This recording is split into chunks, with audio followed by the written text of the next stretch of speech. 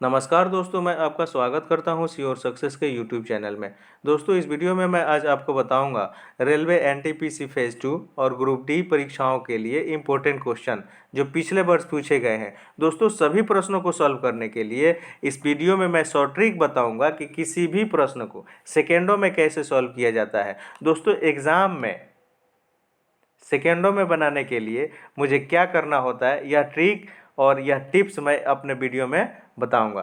दोस्तों, देखते हैं पहला सवाल कह रहा है कि सलोनी 450 मीटर की दूरी को कितने समय में तय कर सकती है यदि वह 20 किलोमीटर प्रति घंटा की चाल से चलती है। दोस्तों, एग्जाम में मुझे क्या करना है कि सबसे पहले सवाल को अच्छे से पढ़ के समझ लेना है। सवाल को जब हम एक बार अच्छे से पढ़ के समझ लेते हैं तो मुझे पता चल जाता है कि सवाल में पूछ क्या रहा है, क्वेश्चन पूछना क्या चाह रहा है। तो जैसे मैं क्वेश्चन को पढ़ा तो मुझे पता चल गया कि सवाल में समय पूछ रहा है। क्या पूछ रहा है? समय। तो समय के लिए मुझे फॉर्मूला पता है। समय बराबर क्या होता है? दूरी बटा के चाल। ठीक है, तो दूरी की जगह हम दूरी रख देंगे। दूरी दिया हुआ है 450 मीटर। दोस्तों, एक बात और, जब भी हम क्वेश्चन को पढ़ते हैं साथ ही साथ हम ऑप्शन पे भी नज़र देना होता है। ऑप्शन में देखते हैं, यानी आंसर में देखते हैं कि ये सेकेंड में दिया हुआ है, जबकि मेरा क्वेश्चन में मीटर और किलोमीटर में दिया हुआ है। तो दोस्तों, जब भी किलोमीटर में हो तो मुझे मीटर पर सेकेंड में लाना होता है, तो उसको मुझे 5/18 से गुना करना होता है चाल को। और अगर मीटर पर सेकेंड में है तो किलोमीटर प्रति घंटा में चाल को लाना है तो क्या करते हैं? 18/5 से गुना करते हैं। तो देखिए, ये 450 दूरी है, दूरी को लिख दिए, और चाल की जगह पे मैं 20 लिखूंगा। लेकिन ये क्या है, यूनिट को चेंज करना है, किलोमीटर में है। किलोमीटर में है तो इसे हमें मीटर पर सेकेंड में बदलना है। मीटर पर सेकेंड में बदलने के लिए क्या करना है? 5/18 से गुना कर देना है। ठीक है, 5/18 से गुना कर दिए। दोस्तों, इसको आगे सॉल्व करेंगे तो मेरा लिखाएगा 450 डिवाइडेड बाई 20 गुने 5/18। 18 को नीचे से मैं ऊपर लेके चला जाऊंगा। 0 से 0 गया, 2 नवा 18, अब 5 नवा 45, 9 को 9 से गुना करेंगे तो 9 नवा 81, 81 सेकेंड। दोस्तों, ऐसे सवाल को बनाने के लिए मुझे ज़्यादा कुछ भी नहीं करना है, बस वैल्यू जो दिया हुआ है इसमें एक चीज़ ध्यान देने वाली बात थी, ये किलोमीटर को मीटर पर सेकेंड में बदलने के लिए। तो एक बार आप अच्छे से समझ लीजिएगा कि यूनिट कैसे बदलते हैं।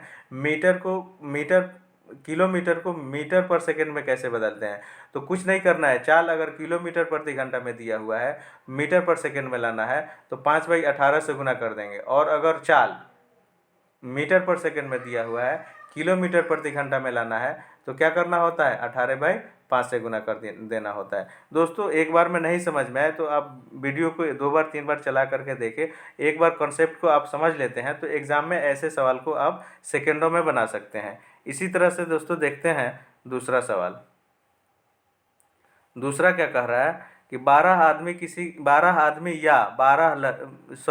आदमी या 24 लड़के एक काम को 20 दिनों में कर सकते हैं।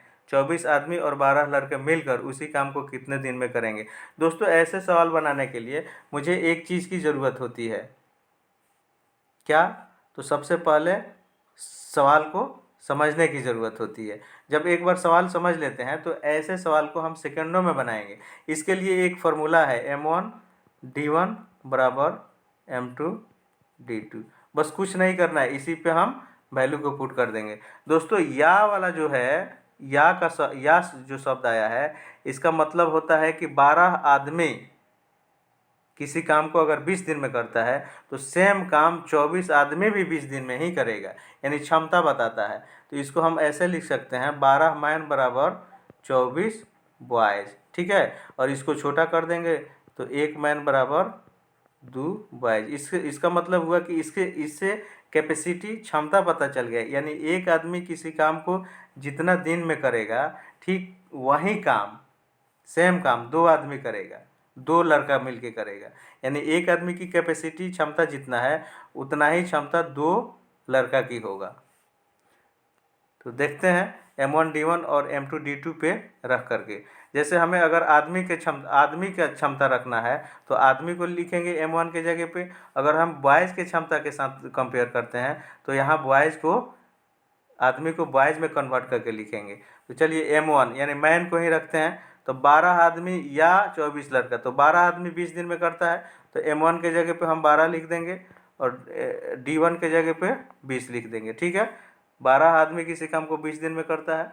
उसी तरह से आदमी को रखें तो यहाँ आदमी 24 ऑलरेडी दिया हुआ है, और का मतलब होता है प्लस। ठीक है, और 12 लड़का, यानी कि एक आदमी की कैपेसिटी क्या है, दो लड़के की। तो दो लड़के की कैपेसिटी जब एक आदमी है तो 12 लड़के की कैपेसिटी कितने आदमी के बराबर होगा, तो 6 आदमी की। यानी कि यहाँ हम लिख देंगे 6, यानी टोटल कितना आदमी हो गया, 24 6 30, 30 आदमी हो गया। 30 आदमी उसी काम को कितना दिन, अब लड़का की बात हट गई, अब आदमी की बात हो गया, यानी 30 आदमी उस काम को कितना दिन में करेगा। इसी को तो छोटा कर देना है, 0 से 0 गया, 3 चौका 12, 4 दूनी की 8, 8 दिन में। दोस्तों ऐसे सवाल को बनाने के लिए मुझे कुछ भी नहीं करना है, मैं समझा रहा हूँ इसलिए मुझे टाइम लग रहा है, नहीं तो आप अगर इसको प्रैक्टिस में ले लेंगे तो सेकेंडों में एग्ज़ाम में बना लेंगे आप। देखिए M1D1 बराबर M2D2 होता है। इसके बाद इसके क्षमता को हम लिख दिए, आदमी की और बॉयज़ की क्षमता, और इसको छोटा कर दिए, यानी एक आदमी की क्षमता दो बॉयज़ के क्षमता के बराबर हो गया। इसी के वैल्यू को पुट करके हम आंसर आसानी से निकाल सकते हैं। ठीक है दोस्तों, इसी तरह से देखते हैं तीसरा सवाल। देखिए तीसरा सवाल क्या कह रहा है। सवाल को एग्ज़ाम में मुझे क्या करना होता है, सबसे पहले अच्छे से पढ़ के समझ लेना होता है। अगर हम एक बार क्वेश्चन को समझ लेते हैं तो मुझे पता चल जाता है कि क्वेश्चन पूछ क्या रहा है। दोस्तों ये सवाल क्या कह रहा है कि एक पंसारी किस अनुपात में प्रति किलो 15 रुपया और 20 रुपया दर वाली चाय पत्ती मिलाकर वह प्रति किलो 16.5 रुपये पाए। इसका मतलब ये हुआ कि कोई चाय पत्ती है जिसको 15 रुपया, एक चाय पत्ती है जिसको 15 रुपये बेच रहा है, दूसरा को वह 20 रुपये बेच रहा है, और वो कह रहा है कि उसको मिला दे दोनों को, तो किस अनुपात में मिलाए कि वो 16.5 रुपया 50 पैसे के हिसाब से वो बेचे। दोस्तों ये सवाल पढ़ते ही मुझे पता चल गया कि ये एलिगेशन का सवाल है।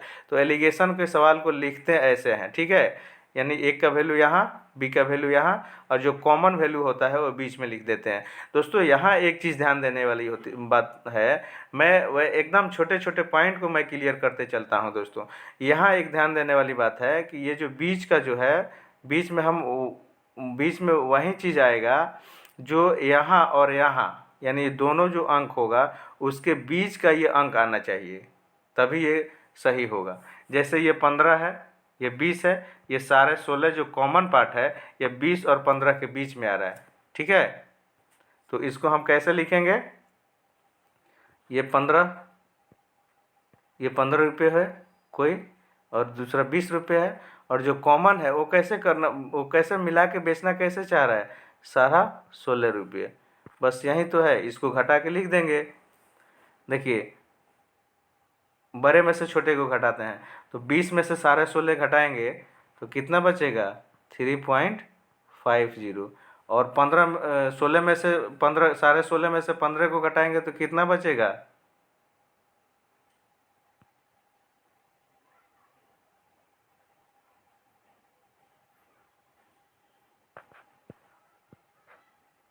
ठीक है, 1.5। कुछ नहीं करना है, इसी को आप छोटा कर दीजिए, 2 अंक के बाद दशमलव है, यहाँ भी 2 अंक के बाद दशमलव है, तो इसको हटा दीजिए, 0 से 0 गया, 5 से 5 3 15, 5 7 35, यानी 7:3, 7:3 जहाँ है वहाँ आंसर हो जाएगा।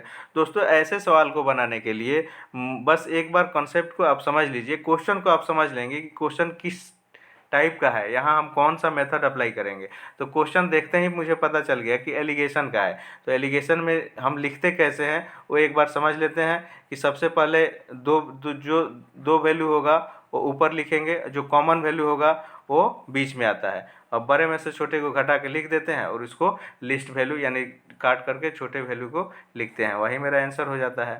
ठीक है। इसी तरह से देखते हैं दोस्तों चौथा सवाल।